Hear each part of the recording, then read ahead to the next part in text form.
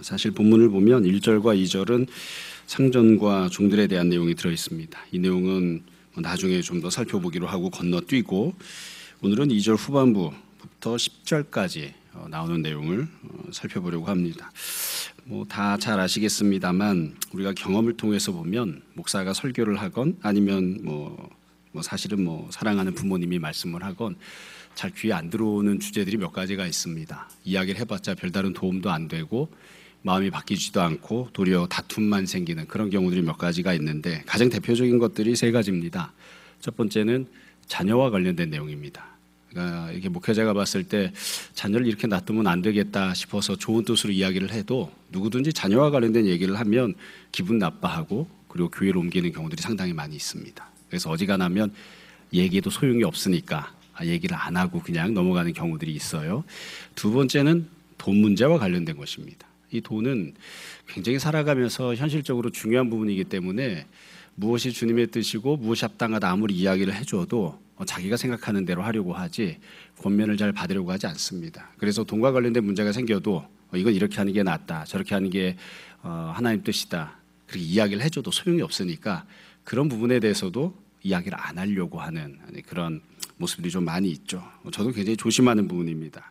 사실 세 번째는 요즘 나타나는 현상이죠. 정치적인 것입니다. 그래서 분명히 성경적인 기준을 가지고 보면 이쪽은 틀려먹었다 해도 안 받아들입니다. 그래서 교회를 버릴지언정 자기가 갖고 있는 정치적인 색깔은 안 버리려고 하는 경우들이 많이 있어서 이것도 마찬가지예요.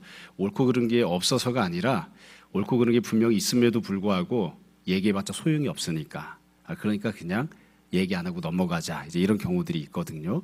지금 본문이 담고 있는 오늘 우리가 보려고 하는 3절부터 10절까지 내용은 돈과 관련된 내용이 좀 들어 있습니다. 그리고 이게 이제 조금 더 핵심적인 내용이어서 사실 내용 자체는 어렵지도 않고요. 우리가 잘 알고 있는 부분이어서 그냥 있는 그대로 말씀을 드리면 문자 그대로 읽고 문자 그대로 받으면 됩니다. 근데 이게 참 쉽지가 않습니다. 특별히 사람은 누구나 다 마찬가지예요. 돈이 많이 있는 사람은 내려놓기가 쉽지 않고 돈이 없는 사람도 돈을 많이 벌고 살고 싶은데 그 욕심을 내려놓으라고 이제 설교를 해야 되니까 듣고 싶지 않은 거죠. 그래서 이 내용을 쭉 읽다 보면 문자 그대로 딱 받지 않고 여기다 자꾸 이것저것 설명을 붙이거나 변명거리를 붙이거나 자기 합리화를 자꾸 갖다 붙입니다. 그래서 이건 이런 걸 거야, 저건 저런 걸 거야, 혹은 이렇게 해도 괜찮아, 저렇게 해도 괜찮아 이런 여러 가지 생각들을 해요.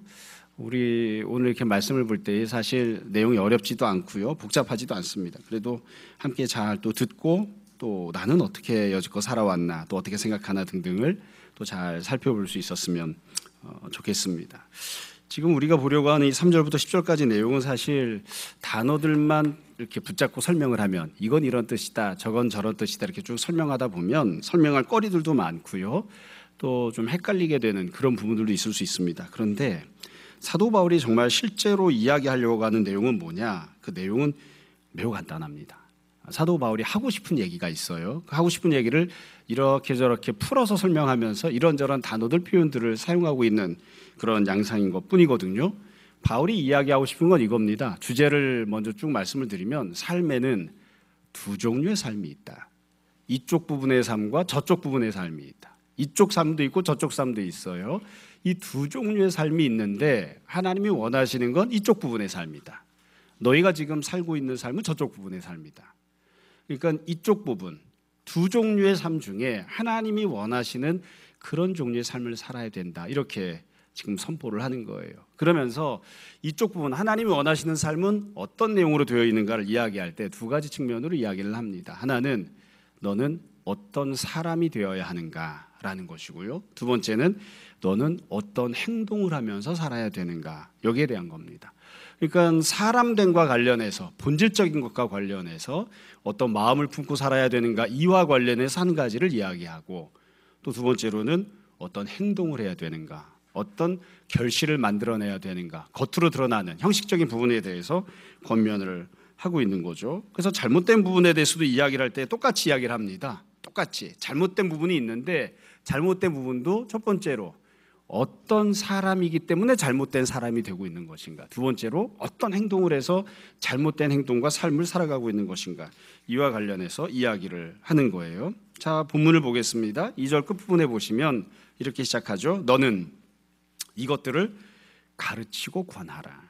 그러니까 디모데에게 하는 말이잖아요. 이것들을 이라는 말은 지금부터 설명할 내용들입니다. 그러니까 지금 말씀드린 것처럼 삶의 두 종류의 삶이 있다고 하는 것을 가르치고 권해라. 그 두 종류의 삶 중에 하나님이 원하시는 삶은 네가 어떤 사람이 되어야 하는지, 어떤 행동을 해야 하는지에 대해 관련된 내용이다. 잘 가르치고 권하라. 이렇게 이야기해요. 그러면서 3절에 보시면 누구든지 이렇게 시작하죠. 이 누구든지라고 하는 표현은 그냥 읽으면 좀 단순한 표현일 수도 있지만 매우 중요한 표현이기도 합니다. 왜냐하면 여지껏은 어떻게 바울이 이야기했냐면 디모데 전서를 기록하면서 교회 안에 이미 문제가 있어요. 교회 안에 이미 문제를 일으키는 사람이 있어요. 그 사람들을 어떤 사람들 이렇게 표현을 했습니다. 이거 정해져 있어요. 사실 바울이 이름을 딱 집어서 누구 이렇게 얘기해도 되는데 그렇게 안 했을 뿐이지 구체적인 누군가가 있고 그 사람이 구체적으로 어떤 문제를 일으키거든요. 어떤 사람들은 이렇게 합니다. 그런데 지금 여기 보면 어떤 사람들이 아니라 누구든지 이렇게 했죠. 아직 가능성이 있다는 말입니다. 아직.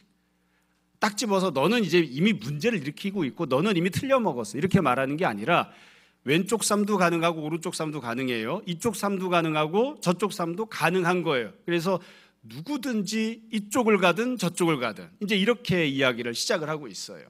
뒷부분에 가서 말씀을 드리겠습니다만 사실 성도들은 완전히 중립적이지는 않습니다. 현재 모습은 이미 한쪽으로 치우쳐 있어요. 한쪽으로 치우쳐 있고 한쪽에 잘못된 삶을 살고 있어요.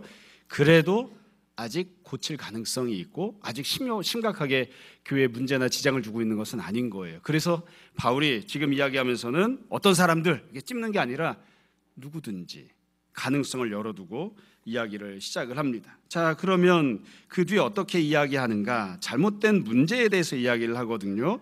3절 보시면 이렇게 이야기합니다. 다른 교훈을 하며.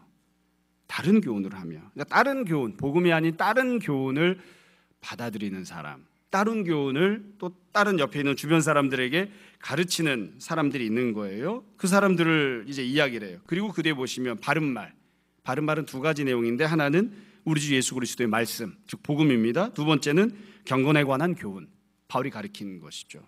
그러니까 본질적으로 예수 그리스도의 말씀과 복음 그리고 그것을 가지고 실제로 구체적으로 어떻게 살아가야 할지 사도 바울이 권면하고 명령했던 경건, 복음과 경건 두 가지가 바른 말이에요. 이 바른 말을 따르지 않는다. 이게 이제 악한 사람들인 거죠. 어리석은 사람들인 겁니다. 옳지 않은 거예요. 하나님 보시기에 합당하지 않은 삶이란 어떤 삶이냐? 다른 교훈을 따라가는 것 그리고 바른 말을 버리는 겁니다. 이런 사람이 있어요. 이런 사람들이 되지 말라. 지금 그렇게 이야기하는 거죠. 4절부터 보시면 이 사람들에 대해서 이런 사람들은 도대체 어떤 종류의 사람인지를 3번에 걸쳐서 반복해서 설명을 합니다. 반복해서 4절에 보세요. 그는 지금부터 나오는 내용은 사람됨에 대한 것인지 행동에 대한 것인지를 구별해 가면서 보시면 됩니다. 그는 교만하여 아무것도 알지 못하고 사람됨에 대한 거예요. 그는 교만한 사람이고 아무것도 알지 못하는 사람이다. 자기는 나름 괜찮다고 생각하고 이것저것 잘 알고 있다고 생각하지만 그 사람이 갖고 있는 가치관은 그 사람이 갖고 있는 생각은 그 사람이 품고 있는 지식은 다른 교훈이기 때문에 아무것도 갖고 있지 못한 것이다. 아무것도 알지 못하는 것이다. 근데 스스로는 다 알고 있다고 교만하게 생각하는 거예요. 그런 사람들이 있어요. 그런 사람들. 그러니까 지금 바울이 이야기할 때에 그런 사람이 되는 쪽이 있고 그렇지 않은 사람이 되는 쪽이 있다고 말하는 거예요. 문제가 있는 쪽은 그런 사람이 되는 거죠. 교만한 사람, 아무것도 알지 못하는 사람. 그럼 이런 사람들은 어떤 행동을 하는가? 변론과 언쟁을 좋아한다. 변론하고 언쟁을 하는 겁니다. 그러니까 겉으로 드러나는 모습을 보면 말이 많아요. 그리고 싸움을 많이 해요. 자기 주장을 관철하기 위해서 목소리를 높이거나 변론하고 언쟁하는 그런 모습들이 삶의 모습으로 나타나는 거예요. 그러니까 지금 첫 번째로 바울이 문제 있는 사람들 그에 대해서 설명합니다. 어떤 사람들이냐? 사실은 아무것도 모르는 사람이면서 바른 말을 갖고 있지 않으면서 자기가 갖고 있는 생각이 옳다고 여기는 교만한 그런 사람이고 그렇기 때문에 그 교만이 겉으로 드러나면서 어떤 행동을 하는가? 변론하고 언쟁을 한다. 이게 첫 번째 설명입니다. 두 번째는 그 뒤에 보시면 이로써 투기와 분쟁과 비방과 악한 생각이 나며 이건 사람됨에 대한 모습이 아니고 결과죠. 이런 행동을 하는 거예요. 투기하는 행동, 분쟁하는 행동, 비방하는 행동, 악한 생각을 갖는 그런 행동들을 한다고요. 그럼 왜 이런 행동을 하게 되었는가? 5절에 보면 사람됨에 대해 설명합니다. 마음이 부패하여지고 진리를 잃어버린 사람이기 때문입니다. 마음이 부패했어요. 그리고 진리를 갖고 있다가 그것을 잃어버리는 그런 사람이 된 거예요. 그러니까 이 사람은 어떤 사람이냐? 마음이 부패한 사람, 갖고 있던 진리를 잃어버린 사람입니다. 그래서 그 결과 어떤 행동을 하는가? 투기, 분쟁, 비방, 악한 생각을 하는 이런 행동을 하는 사람이 돼버린 거죠. 이게 지금 문제거리라고, 옳지 않은 모습이라고 이야기를 하는 거예요. 여러분, 사실 투기가 무엇인지, 분쟁이 무엇인지, 비방과 악한 생각이 무엇인지를 막 설명하려고 하면 끝도 한도 없이 설명할 수 있습니다. 근데 이 여기 나오고 있는 투기, 분쟁, 비방, 악한 생각은 한마디로 이야기하면 뭐냐면 세상적으로 생활하는 겁니다. 앞부분에서 우리가 쭉 말씀을 나누면서 뭐라고 말씀드렸냐면 3장에 보면 직분자의 자격들을 쭉 이야기하면서 1번, 2번, 3번, 4번 해서 막 10번까지 막 얘기하거든요. 그 모든 것들을 한마디로 이야기하면 그게 뭐냐면 경건한 삶입니다. 삶에 있어서도 예수님 믿는 사람답게 구별된 거룩한, 이전과 달라진 차별적인 삶을 살아가는 경건한 삶이에요. 지금 여기 나오고 있는 것도 마찬가지예요. 내용이 3가지나 4가지냐 이게 중요하지 않아요. 이것만 안 하면 되는가? 아니에요. 이것 위에 또 다른 삶의 모습들이 있어요. 행동들이 있는데 한마디로 이야기하면 뭐냐면 세상적으로 사는 거예요. 세상 사람과 똑같아요. 구별되는 모습이 하나도 없이 예수님 믿기 이전과 예수님 믿은 다음이 별 차이가 없어요. 예수님 믿기 이전에 하던 모든 행동을 그대로 하는 사람입니다. 그대로 하는 사람. 그러니까 지금 여기 보면 뭐라고 바울이 설명한 거냐면 그 사람은 믿음을 받아서 예수 믿는 사람이 됐지만 마음이 깨끗한 사람, 또 청결한 양심을 갖고 있는 사람, 선한 마음을 갖고 있는 사람, 거짓 없는 믿음을 갖고 있는 사람이 되었지만 그걸 다 버렸어요. 그래서 다시 마음이 부패한 마음이 되었고 그걸로 진리를 잃어버렸어요. 쉽게 이야기하면 예수님 믿기 이전으로 돌아간 거예요. 그래서 행동하는 모든 것들도 예수님 믿기 이전과 똑같이 행동을 합니다. 세상 사람들과 똑같이 행동하는 그런 모습이 된 거죠. 그게 지금 교회 안에 있는 옳지 않은 삶의 모습이라고 바울이 지금 이야기하는 거예요. 다시 3번째로 보면 이렇게 이야기합니다. 5절 끝에 보시면 이렇게 설명하죠. 경건을 이익의 방도로 생각하는 자들. 이건 사람에 대한 설명이에요. 그러니까 이 사람들은 어떤 사람들이냐? 경건을 이익의 방도로 생각한다고 이렇게 되어 있죠. 엄밀하게 이야기하면 경건만 이익의 방도로 생각할까요? 다른 모든 것들도 다 이익의 방도로 생각합니다. 그러니까 이 사람들은 누구냐면 마음속에 돈 욕심만 있어서 돈만 생각하는 사람들입니다. 이익만 생각하는 사람들. 경건하면 그게 나한테 무슨 도움이 되나? 경건하면 그게 나한테 돈을 벌어다 주나? 현실적으로 자기의 어떤 이익이 떨어질지를 항상 생각하는 그런 사람들이에요. 그런 사람들. 이런 사람들은 어떤 행동을 하는가? 5절 끝에 보시면 다툼이 일어나느니라. 다툰다고 하죠. 이게 행동이에요. 사람 자체가 돈만 생각하고 돈만 밝히고 돈에만 생각이 집중되어 있습니다. 가치관이 판단하는 기준이 항상 돈이에요. 그 사람들은 어떤 행동을 하는가? 다툰다고요. 싸운다고요. 왜 싸울까요? 돈을 조금이라도 더 가져가기 위해서 싸우는 거겠죠. 나눠주기 위해서 싸우겠습니까? 다른 것들 때문에 싸우는 게 아니라 돈 때문에 싸우는 거예요. 그래서 지금 바울이 교회 안에 어떤 문제가 있는지, 옳지 않은 것이 있는지에 대해서 설명을 하면서 아주 간단하게 이야기한 거예요. 예수님 믿는 사람다운 그런 마음이 아니에요. 복음이 가르치고 있는 가치관이 아니에요. 세상적인 가치관, 세상적인 생각, 예수님 믿기 전에 살아가던 그런 가치관, 삶을 그대로 갖고 있어요. 그 결과 행동도 어떻게 하냐면 이건 교회가 보여야 할 행동이 아니에요. 예수님 믿는 사람이 보여야 할 행동이 아닙니다. 세상 사람이 하는 것과 똑같이 행동한다는 거죠. 세상 사람과 똑같이 행동을 하는 그런 모습, 그런 행동을 하는 사람들이 있다. 이게 옳지 않은 삶의 모습이라고 지금 이야기를 하는 거예요. 복잡하고 어려운 내용이 아닙니다. 교회가 어떤 모습을 보이고 있는지를 세상 사람들과 비교해 보면 이게 교회다운지 교회답지 않은지 금방 알 수 있어요. 교회가 무엇을 생각하고 있는지를 금방 알 수 있습니다. 그 교회가 갖고 있는, 성도들 대부분이 갖고 있는 가치관, 기준, 추구하는 바, 비전이 무엇인가, 이것을 실제로 어떻게 행동하고 있는지를 보면 이게 세상 사람과 똑같은가 다른가, 불신자랑 똑같은가 다른가, 이걸 보면 얼마든지 알 수 있는 거죠.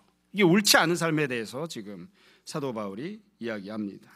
앞부분식으로 이야기하자면 경건하지 않게 행동하는 거예요. 경건하지 않게 행동하는 그런 사람들이 있다. 그리고 그렇게 경건하지 않게 행동하는 근본적인 이유는 뭐냐면 마음이 부패했으니까, 마음의 이익을 생각하고 있으니까, 경건조차도, 예배조차도, 하나님 섬기는 것조차도 내 삶에 어떤 이익이 될까 하고 이익을 기준으로 생각하는 불신자랑 똑같은 그런 마음을 갖고 있으니까 이렇게 지금 설명을 하는 것이죠. 다 여러분들도 경험하시겠습니다만 예수님 믿은 다음에 내가 정말 예수님 믿는 사람이 되었는지 어떻게 확인할 수 있을까요? 어떻게 확인할 수 있을까요? 우리가 이제 겨울에 중등부, 고등부, 청년부 수련회를 준비를 하고 있는데 강사 목사님을 제가 한번 먼저 가서 만났어요. 만나서 이런저런 얘기를 하다가 그분이 이제 강조하시는 게 이제 생활의 변화여서, 삶의 변화여서 그렇게 얘기하더라고요. 저는 이제 목사이고 그분도 이제 목사님이시니까 우리끼리 얘기할 때 편하게 한 이야기예요. 그분이 제가 시험에 안 될 거라고 생각하고 말씀하신 거예요. 예수님 믿었는데 욕심을 버리지 못하면 그게 성도입니까? 그 사람이 과연 천국에 간다고 할 수 있습니까? 간단해요. 예수님 믿었으면 변화가 있어야 되잖아요. 욕심을 버리지 못해요. 그럼 그 사람이 예수님 믿는 거 맞습니까? 그분이 이렇게 얘기하시더라고요. 나는 그 사람이 천국에 간다고 확신 못합니다. 방언을 하는 거, 이게 내가 예수 믿고 구체적으로 드러나는 증거라고 하잖아요. 입술로 예수님을 하나님의 아들로 고백하는 거, 그게 내 삶의 구체적인 변화라고 이야기하잖아요. 매우 중요합니다.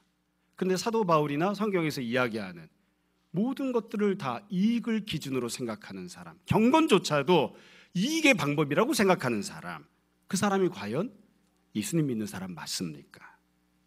그게 변화가 있는 것입니까? 만약에 그런 부분에 있어서 변화가 나타나지 않는다면 도대체 성령님은 무슨 능력이 있는 것입니까? 이게 본질적인 질문을 던지는 거예요. 그러니까 지금 사도 바울이 이쪽 부분의 삶과 저쪽 부분의 삶을 이야기하면서 이쪽 부분에 대해서 이렇게 저렇게 표현을 여러 가지로 점층적으로 강조해서 하고 있지만 결국 한마디를 하고 있는 것이죠. 한마디 하고 있는 겁니다.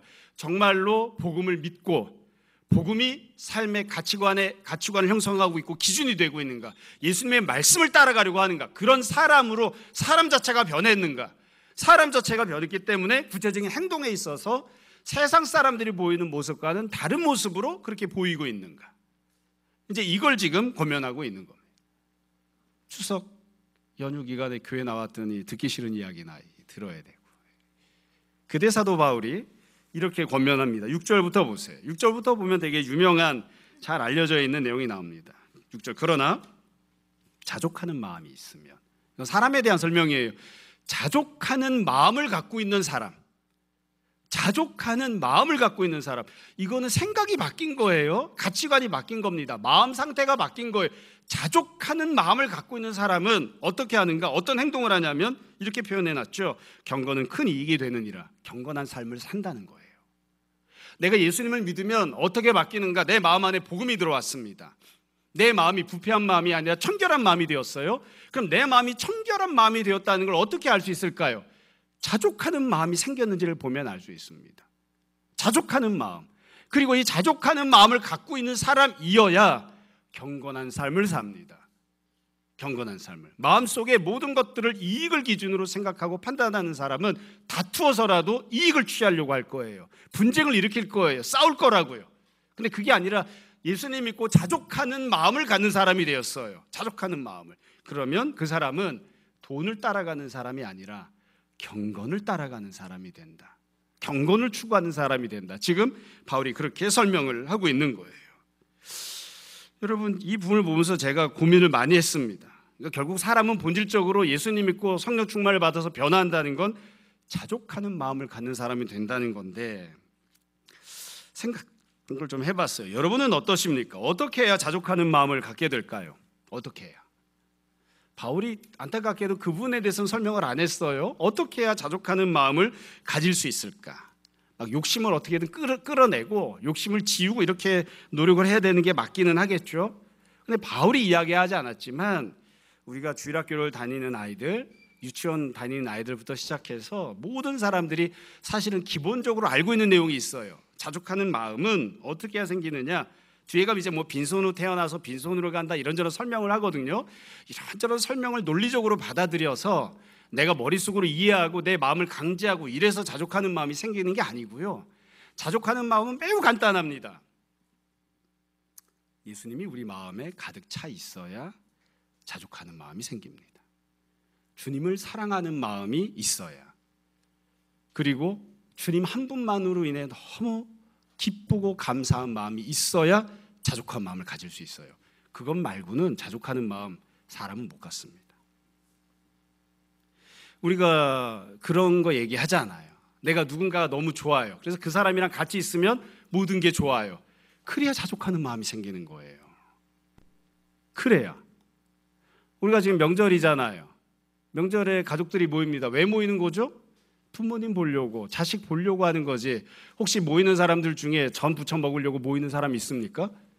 전 부쳐 먹을 것 같으면 사다 먹으면 됩니다. 우리가 전을 부치는 이유는, 고기를 굽는 이유는 사람 때문이에요. 사랑하는 사람을 만나고 그 사람 입에 좋은 음식이 들어가는 걸 보면서 기뻐하기 때문에 하는 것이지, 전 부쳐 먹으려고 만나는 사람이 어디 있습니까? 그 미친놈이죠. 사람 때문이에요. 그래서 사실은 전을 많이 부치지 않아도, 좋은 음식을 하지 않아도 사랑하는 사람이 앞에 있으면 그것 때문에 감사한 거잖아요. 그것 때문에. 그 감사를 하지 않으면, 그 감사가 없으면 어떻게 기쁘게 명절을 지냅니까? 여러분, 어떻게 해야 자족하는 마음이 생길까요? 본질은 아주 간단해요. 예수님으로 가득한 마음이 있어야 되고, 그리고 그 예수님 때문에 너무 기쁜 거예요. 예수님 때문에 모든 것들이 충분한 거예요. 우리가 그냥 흔히 하는 이야기로 나는 예수님 한 분만 계시면 너무 좋습니다. 그래야 자족하는 마음을 가질 수 있어요. 그게 없는데 무슨 재주로 자족한 마음을 갖습니까? 이게 뭐 설교 시간에 가요 부르면 좀 안 좋기는 하지만, 참 가요나 뭐 가곡 같은 데 보면 참 이 사람의 마음을 있는 그대로 해서, 트로트가 특히 그렇죠. 있는 그대로 표현을 해서 참 은혜스러운 가사가 많아요. 10월달이 되어서 10월달이 되면 많이 나오는 가곡 중에 10월의 어느 멋진 날에라는 노래가 있습니다. 이것도 멋진 사람이 불러야 되는데 그런 가사가 중간에 나오죠. 너를 만난 세상 더는 소원이 없다. 무언가를 더 바라면 그건 죄가 될 테니까. 원래는 제가 부르려고 연습을 했는데, 너를 만난 세상 더는 소원이 없다. 바라면, 더 이상 다른 것들을 바라면 그건 죄가 될 테니까. 그냥 그 사람 하나로 만족하는 거예요. 그 사람 하나로. 그러니까 예수님 한 분으로 만족하는 마음을 갖지 않으면, 그러면 자족할 수 없습니다. 어떻게 자족하겠어요? 우리가 다 알고 있는 내용을 지금 말씀드리는 거예요. 바울은 그 뒤에 설명을 했습니다. 7절에 보시면, 우리가 세상에 아무것도 가지고 온 것이 없음에 또한 아무것도 가지고 가지 못하리니. 우리가 빈손으로 왔다 빈손으로 가잖아요. 우리가 이런 구절 읽으면 마음에 곧장 막 이렇게 반감이 듭니다. 그래, 태어날 때 빈손으로 태어났지, 죽을 때도 빈손으로 가지. 살아있는 동안에 뭐가 있어야 살 거 아니야. 살아있는 동안에. 그러려고 우리가 돈 욕심을 내는 거지, 뭐 죽을 때 많이 가져가려고 돈 욕심을 내나? 살아있는 동안에 먹고 살아야 될 거 아니야. 이런 반감이 들죠. 이게 설명을 한 거예요. 그리고 나서 8절에 보면 자족하는 것에 있어서 사도 바울이 기준을 이야기합니다. 우리가 먹을 것, 입을 것이 있은즉 족한 줄로 알 것이니라. 이게 자족함의 기준이에요. 기준. 참, 기준을 설정을 해도 어떻게 이렇게 설정했나 몰라요. 먹을 것, 입을 것이 있으면 자족해야 된다. 이게 아마 바울이 편지를 쓰던 그 당시 사회에서는 이게 적용이 가능했을 것 같아요. 당장 오늘 하루 먹을 게 없는 사람이 많았으니까. 오늘날에는 물질적으로 풍요로워져서 과거보다 훨씬 더 넉넉하게 살고 있으니까 이게 이 적용이 잘 안 돼요. 우리가 잘 아는 말씀이죠. 예수님께서 기도를 가르치시면서 일용할 양식을 달라고 기도하라고 가르치셨습니다. 한 달치를 달라, 1년치를 달라고 기도하라고 하지 않으셨어요. 그 당시에 일용할 양식도 없는 사람이 많으니까 그랬겠죠. 예수님께서 그렇게 기도하셨으니까, 그렇게 하라고 하셨으니까 우리도 주기도문으로 기도하잖아요. 일용할 양식이 있으면 하나님이 응답하신 겁니다. 하나님께서 은혜를 베푸신 거죠. 그것으로 인해서 기뻐하고 감사하는 것이, 그것으로 인해서 자족하는 것이 기본인 거예요. 기본. 그렇게 하라고 지금 바울이 권면을 합니다. 마지막에 9절부터 보시면 사도 바울이 다시 한번 반복해서 경고를 합니다. 우리가 듣고 싶어 하지 않는, 그러나 여지껏은 사실 바울이 좀 빙빙빙 돌려서 이야기했다면 대놓고 직접적으로 권면하는 내용이 나와요. 9절에 보면 이렇게 되어 있습니다. 부하려 하는 자들. 앞부분부터 나왔던 거예요. 누구든지, 그는, 부하려 하는 자들. 부하려 하는 자들. 사람이 이런 사람이 되면 안 되는 거예요. 부하려 하는 자들. 어떤 행동을 하나요? 시험, 올무, 여러 가지 어리석고 해로운 욕심, 곧 사람으로 파멸, 멸망 이런 것들에 빠지게 되는, 부하려 하는 자들은 이와 같은 결과를 맞이한다는 거예요. 여러분, 부하려 한다라는 건 도대체 무엇일까? 조금이라도 더 많이 가지려고 하는 걸 부하려고 한다 이렇게 표현을 한 것일까? 물론 그렇겠죠. 근데 우리가 다 알고 있습니다. 이 이야기를 들으면서 그럼 우리가 돈을 조금 더 많이 벌려고 하면 그건 죄인가? 그거 죄라고 하지 않아요. 더 많이 벌려고 할 수도 있겠죠. 또 더 많이 버는 것도 괜찮습니다. 근데 바울이 언제나 이야기하는 건 그거예요. 이스라엘이 구약시대부터 시작해서 계속해서 하는 이야기예요. 하나님이 베푸시는 은혜보다 물질을 더 중히 여기거나 하나님과 더불어 은혜 가운데 살아가는 것보다 풍요로움 가운데 살기를 더 원하는 것, 그게 부하기를 원하는 거죠. 사람은 얼마나 어리석냐면 하나님께서 필요한 모든 것을 다 구비해 주시고, 심지어 아담과 하와 같은 경우에는 고민할 필요도 없이 배우자까지 다 주셨잖아요. 먹고 살아갈 터전도 다 주셨잖아요. 그런데 어떻게 하죠? 부하려고 합니다. 선악과를 따먹고 조금 더 지혜로워지고자 하는, 조금 더 나아지려고 하는 그런 마음을 갖는 거예요. 하나님이 주신 은혜를 감사함으로 받고, 그리고 그 은혜 안에서 노동하고 땀의 대가를 누리고 그것으로 인하여 감사하고 이렇게 사는 게 아니고 더 무언가를 얻으려고 부하려고 하는 그런 마음을 품는 거죠. 그래서 지금 바울이 이야기하는 건 근본적으로 성실히 살아서 돈을 많이 버는 거 이것도 죄다 이렇게 이야기하고 있는 게 아니에요. 하나님의 은혜, 하나님의 인도하심, 하나님의 채워주심, 하나님이 나에게 할당해 주신 몫이 있어요. 근데 그것 이상의 것을 내가 꿈꾸거나 그 이상의 것들을 계획하거나, 그래서 근본적으로는 하나님의 은혜로 사는 게 아니라 내 손에 쥐고 있는 물질로 사는 것이지, 하나님이 예비하신 계획으로 하나님의 인도하심으로 사는 게 아니라 내가 땀 흘려서 일해서 내 노력의 대가로 내가 원했던 것들을 성취하고 손에 쥐면서 사는 것이지, 이렇게 생각하는 게 부하려고 하는 마음이죠. 그런 마음. 예배 시간에 어린 아이들도 있고 얼마나 감사합니까? 그렇죠? 가족이 다 모인 느낌이네요. 여기도 마찬가지예요. 부하려고 하는 사람들은 시험, 올무, 여러 가지 어리석고 지혜로운 욕심, 사람으로 파멸, 멸망, 이게 다 세상적인 그런 행동들을 한다는 거죠. 세상적인 행동. 그래서 바울이 맨 마지막에 10절에 보면 우리가 잘 아는 딱 한 줄로 된 결론을 내립니다. 이렇게 이야기하죠. 돈을 사랑함이 일만하게 뿌리가 된다. 돈을 사랑함이, 네가 돈을 사랑하는 사람이 되면 일만 악을 행하게 될 것이다. 그렇게 이야기하는 거예요. 돈을 사랑함이 일만하게 뿌리가 된다. 이것을 탐내는 자들 미혹을 받아, 정말로 바울이 걱정하는 건 뭐죠? 이거예요. 믿음에서 떠나 많은 근심으로써 자기를 찔렀도다. 믿음에서 떠나는 거예요.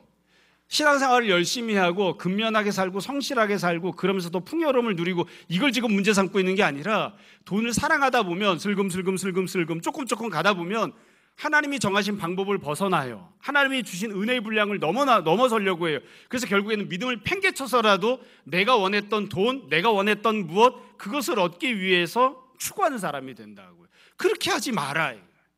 지금 바울이 그렇게 권면하고 있습니다. 그게 결국 너에게 행복을 가져다 줄 것 같이 보이지만 근심하게 되고, 그 근심이 네 영혼도, 네 마음도, 네 육신도 찔러댈 것이다.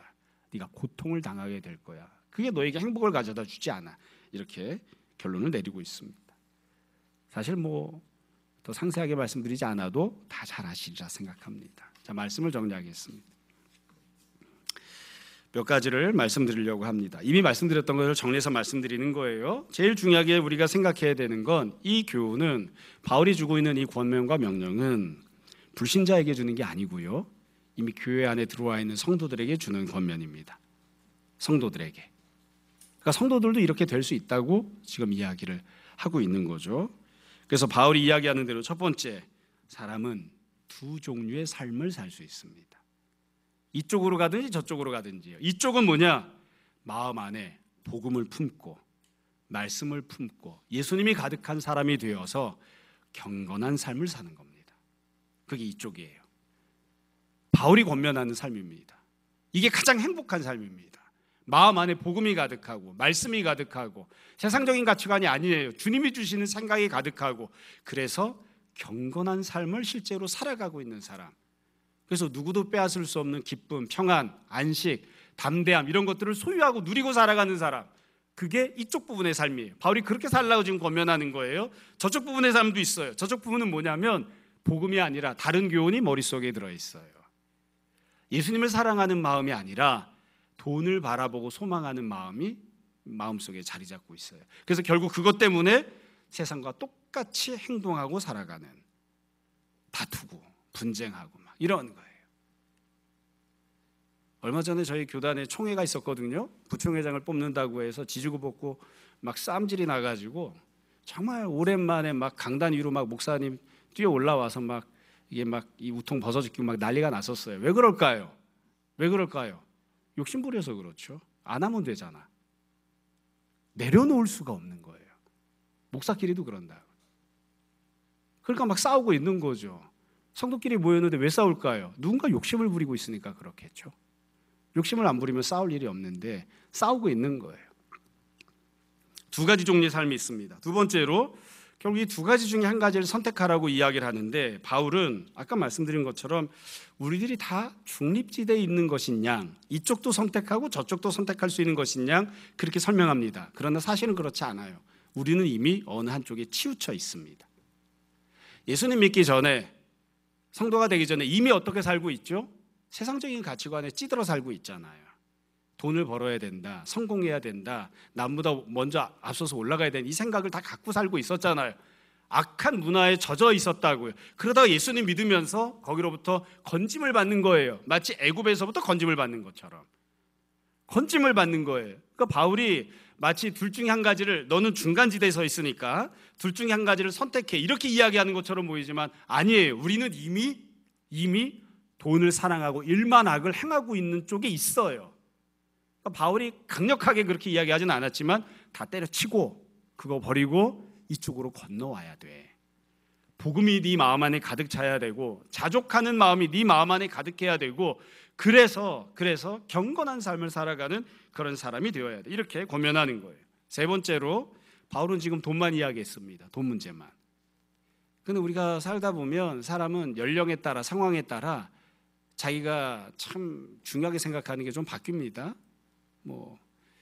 사람마다 좀 다르기는 하지만 젊었을 때는 이성에 대해서, 그러다 조금 더 지나면 자녀들에 대해서, 조금 더 지나면 이게 돈에 대해서 치중하는 것들이 달라지잖아요. 그렇죠? 지금 바울은 돈에 대해서 이야기했지만 이것만 문제가 아닌 거예요. 이것 말고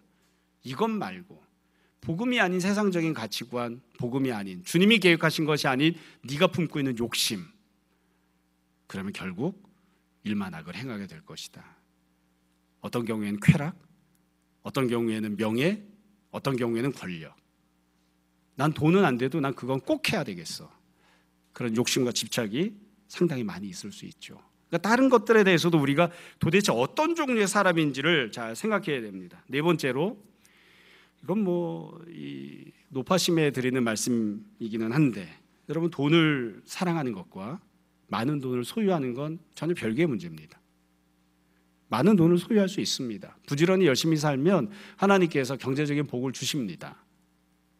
내가 운수를 바라서, 아니면 어딘가에다가 잘못된 투자를 해서 그래서라도 돈을 벌겠다, 이거 말고 열심히 살면, 안 그런 경우도 있지만 대부분은 경제적으로 넉넉해집니다. 그건 하나님이 정하신 법칙의 일부분이에요.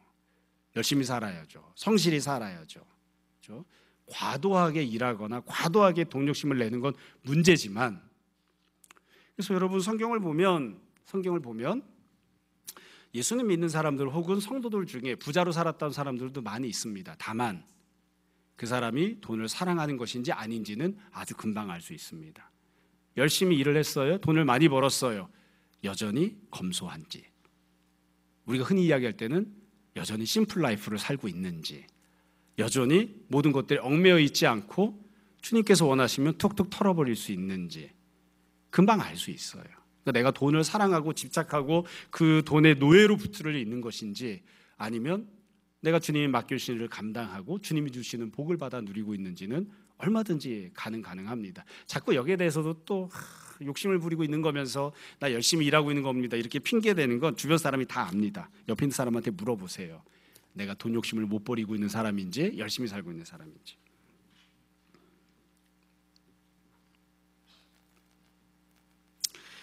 부수적으로 말씀을 한 가지만 더 드리고 제 말씀을 마무리하겠습니다. 종종 이런 설교를 하다 보면 예전에 제가 어렸을 때는 교회에서 그랬었거든요. 교회를 다니는데 게으른 사람이 많아요. 교회를 다니는데 일하러 나가기보다는 먹고 노는 걸 좋아하는 사람들도 많아요. 못된 거죠. 그래서 자기가 열심히 일을 하고 돈을 벌어서 가정을 책임지고 경제적으로 부양을 하고 해야 되는데 그걸 안 하면서 그러면서 다른 가족들에게 자족하는 마음을 가져라 라는 말도 안 되는 소리를 하는 경우도 있습니다. 이런저런 것들에 대해서도 우리가 지혜롭게 잘 판단할 필요가 있지 않을까 싶습니다. 여러분, 바울이 우리에게 권면했던 내용을 다시 한번 잘 생각해 보십시오. 우리는 어떤 사람입니까? 우리는 어떤 사람입니까? 우리는 어떤 행동을 합니까? 우리 삶의 결과, 우리 삶의 모습은 어떠합니까? 그것을 보면 다 알 수 있습니다. 우리가 과연 복음이 가득한 사람인지 아니면 다른 교훈에 찌들어 있는 사람인지, 우리가 하는 삶의 모습이, 살아가고 있는 삶의 모습이 경건한 삶인지 아니면 돈의 노예가 돼서 아니면 다른 것들의 노예가 되어서 그것들 바라보고 그것들 때문에 다투고 싸우고 있는 그런 모습인지 우리가 스스로를 잘 돌이켜 보았으면 좋겠습니다.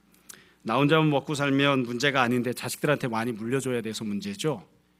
자식들에 대해서도 일용할 양식들을 자식들이 해결하고 있으면 자족할 수 있어야 됩니다.